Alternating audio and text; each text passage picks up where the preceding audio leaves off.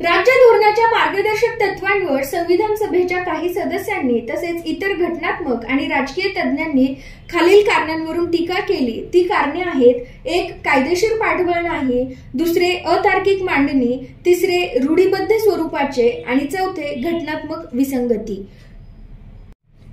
मार्गदर्शक तत्वांवरील टीका आपण सविस्तरपणे पाहूयात. पहिली टीका आहे कायदेशीर पाठबळ नाही. मार्गदर्शक तत्वे न्यायप्रविष्ट नसल्याने त्यांच्यावर जास्त टीका केलेली आहे. के.टी. शहा यांनी ही तत्वे आदर्श असली तरी नाममात्र असल्याचे सांगितले आणि त्यांची तुलना बँकेची संसाधनांनी वाव दिल्यावरच देय असणाऱ्या धनादेशाशी केली.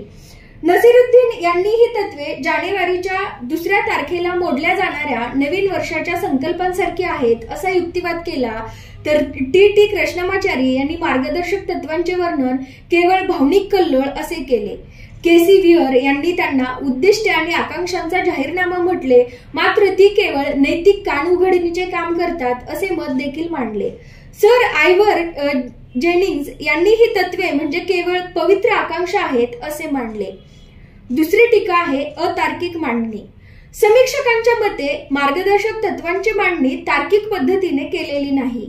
या तत्वांचे योग्यरित्या वर्गीकरण किंवा तार्किकरित्या मांडणी केलेली नाही असे एन. श्रीनिवासन यांनी नमूद केलेले आहे. यामध्ये अत्यंत महत्वाच्या आर्थिक आणि सामाजिक प्रश्नांचे तुलनेने कमी महत्वाच्या समस्यांसोबत मिश्रण केलेले आहे. आधुनिकतेला पारंपरिकतेशी व विवेकबुद्धी आणि शास्त्रावर आधारित तरतुदींना भावनिकता आणि पूर्वग्रहावर आधारित तरतुदींशी विसंगतपणे जोडण्याचा प्रयत्न करण्यात आलेला आहे. सर आयव्हर जेनिंग्स यांनी देखील या तत्वांमध्ये कोणतेही सुसंगत तत्वज्ञान नाही हे निदर्शनास आणून दिले. तिसरी टीका रूढीबद्ध स्वरूपाचे. सर आयव्हर जेनिंग्स यांच्या मते ही तत्वे 19व्या शतकातील इंग्लंडच्या राजकीय तत्वज्ञानावर आधारित आहेत. त्यांनी नमूद केलेले आहे, या तत्वांच्या आशयातून सिडनी वेब आणि बीट्रिस वेब यांची भूते डोकावत असल्याचा भास होतो. राज्यघटनेचा भाग 4 मधून केवळ फॅबियन समाजवाद प्रतीत होतो, संपूर्ण समाजवाद नाही. ही तत्वे 20व्या शतकातील भारताला लागू होत होती, मात्र ती 21व्या शतकासाठी योग्य आहेत का या प्रश्नाचे उत्तर देता येणार नाही. ती पूर्णपणे मोडीत निघण्याची शक्यता आहे असे मत त्यांनी मांडले होते. चौथी टीका आहे घटनात्मक विसंगती. के. संथनम यांनी निदर्शनास आणून दिल्याप्रमाणे मार्गदर्शक तत्वे पुढील घटकांदरम्यान संविधानिक विवाद निर्माण करतात. 1. केंद्र आणि राज्य यांच्या दरम्यान, 2. राष्ट्रपती आणि पंतप्रधान यांच्या दरम्यान आणि 3. राज्यपाल आणि मुख्यमंत्री यांच्या दरम्यान. संथनम यांच्या मते केंद्र राज्यांना या तत्वांची अंमलबजावणी करण्याचे आदेश देऊ शकते. त्याचबरोबर या आदेशाचे अनुपालन न केल्यास केंद्र या राज्यांवर कारवाई करू शकते. अशाच प्रकारे संसदेने पारित केलेले विधेयक मार्गदर्शक तत्वांचे उल्लंघन करणारे पंतप्रधानांकडे आल्यानंतर ही तत्वे देशाच्या कारभारासाठी मूलभूत असल्याने संबंधित मंत्री खाते त्यांच्याकडे दुर्लक्ष करू शकत नाहीत. या कारणास्तव राष्ट्रपती या विधेयकाला संमती नाकारू शकतात. राज्य स्तरावर देखील राज्यपाल आणि मुख्यमंत्री यांच्यात असा संविधानिक विवाद उद्भवू शकतो. आता आपण मार्गदर्शक तत्वांची उपयुक्तता काय आहे ते जाणून घेऊयात. मार्गदर्शक तत्वांप्रमाणे आता जी टीका झालेली आहे ती आपण पाहिली, मात्र त्यांचा राज्यघटनेमध्ये अनावश्यकपणे समावेश केलेला आहे असे म्हणणे योग्य ठरणार नाही. ही तत्वे देशाच्या कारभारासाठी मूलभूत आहेत असे राज्यघटनेनेच घोषित केलेले आहे. प्रख्यात कायदेतज्ञ आणि राजनीतिज्ञ एल. सिंघवी यांच्या मते ही तत्वे देशाच्या संविधानातील प्रेरणादायी तरतुदी आहेत. संविधानातील आणि सामाजिक न्यायाचे तत्वज्ञान त्यांच्यावर आधारित आहे. भारताचे माजी सरन्यायाधीश एम.सी. छागला यांच्या मते या सर्व तत्वांचे पूर्णपणे अनुपालन झाल्यास आपला देश खरोखरच पृथ्वीवरील स्वर्ग होईल. भारत केवळ राजकीय दृष्टीने लोकशाही होणार नाही, तर आपल्या नागरिकांचे हित जपणारे कल्याणकारी राज्य देखील होईल. मार्गदर्शक तत्वे मौल्यवान आहेत हे डॉ. बी.आर. आंबेडकरांनी निदर्शनास आणून दिले होते. भारतीय राजनीतीचे ध्येय राजकीय लोकशाहीपेक्षा आर्थिक लोकशाही आहे हे या तत्वांमधून प्रतीत होते.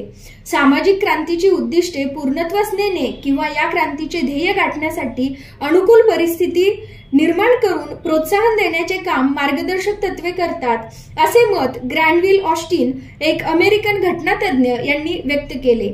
संविधान सभेचे संविधानिक सल्लागार सर B.N. राव यांनी मार्गदर्शक तत्वे राज्याच्या प्राधिकाऱ्यांसाठी नैतिक नियम ठरतात. या तत्वांमध्ये शैक्षणिक भाव आहे. भारताचे माजी महान्यायवादी M.C. सेटलवाड यांच्या मते ही तत्वे कोणतेही कायदेशीर अधिकार आणि उपाय सुचवित नसली तरी खालील बाबींसंदर्भात ती महत्त्वपूर्ण आणि उपयुक्त आहेत. 1. त्यांचे स्वरूप सूचना साधने किंवा भारतातील सर्व प्राधिकरणांना उद्देशून केलेल्या सामान्य शिफारशींसारखे आहे. ही तत्वे सेटलवाड यांना संविधानाचे उद्दिष्ट असणाऱ्या नव्या सामाजिक आणि आर्थिक व्यवस्थेच्या मूलभूत तत्वांची आठवण करून देतात. आज तागायत या तत्वांनी न्यायालयांसाठी मार्गदर्शकाची भूमिका पार पाडली आहे. न्यायिक पुनर्विलोकन म्हणजेच कायद्याची घटनात्मकता वैधता ठरवताना न्यायालयांनी वेळोवेळी या तत्वांचा आधार घेतलेला आहे. 3. ही तत्वे कधी शासनाच्या वैधानिक किंवा कार्यकारी कामकाजाचा आधार आणि न्यायालयीन बाबतीत मार्गदर्शकाची भूमिका वठवतात. 4 बाब आहे संविधानाच्या उद्देशिकेत नमूद केलेल्या न्याय, स्वातंत्र्य, समता आणि बंधुता या आदर्श मूल्यांना भारतीय नागरिकांमध्ये रुजविण्यासाठी मार्गदर्शक तत्वे महत्त्वपूर्ण ठरतात. मार्गदर्शक तत्वे खालील भूमिका देखील बजावतात. 1. सत्तांतरण झाल्यावरही राजकीय, आर्थिक आणि सामाजिक क्षेत्रासंबंधी देशांतर्गत आणि परराष्ट्र धोरणांमध्ये स्थैर्य आणि सातत्य राखणे. 2. ही तत्वे नागरिकांच्या मूलभूत हक्कांना पूरक आहेत. सामाजिक आणि आर्थिक हक्क बहाल करताना भाग 3 मधील पोकळी भरून काढणे हा या तत्वांमागील हेतू आहे. 3. त्यांच्या अंमलबजावणीमुळे नागरिकांना मूलभूत हक्कांचा पूर्णपणे आणि योग्य रीतीने उपभोग घेण्यासाठी अनुकूल वातावरण निर्माण होते.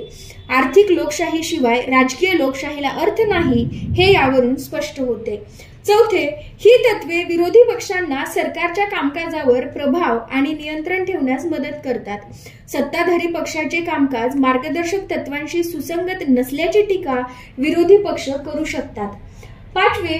सरकारच्या महत्त्वपूर्ण कामगिरीची पडताळणी करण्याचे काम ही तत्वे करतात. या घटनात्मक तरतुदींचा आधार घेत नागरिक सरकारची धोरणे आणि कार्यक्रम यांचा आढावा घेऊ शकतात. 6. या तत्वांमध्ये सर्वसाधारण राजकीय जाहीरनामा अंगभूत आहे. सत्ताधारी पक्षाने त्याच्या राजकीय विचारसरणीबरोबरच या तत्वांना प्रमाण मानले पाहिजे. सत्तेत असताना वैधानिक आणि कार्यकारी बाबींच्या संदर्भात हीच तत्वे या पक्षाचे मार्गदर्शक मित्राची भूमिका निभावतात. पुढच्या व्हिडिओमध्ये आपण मूलभूत हक्क आणि मार्गदर्शक तत्वांमधील विसंवाद सविस्तरपणे पाहूयात. धन्यवाद.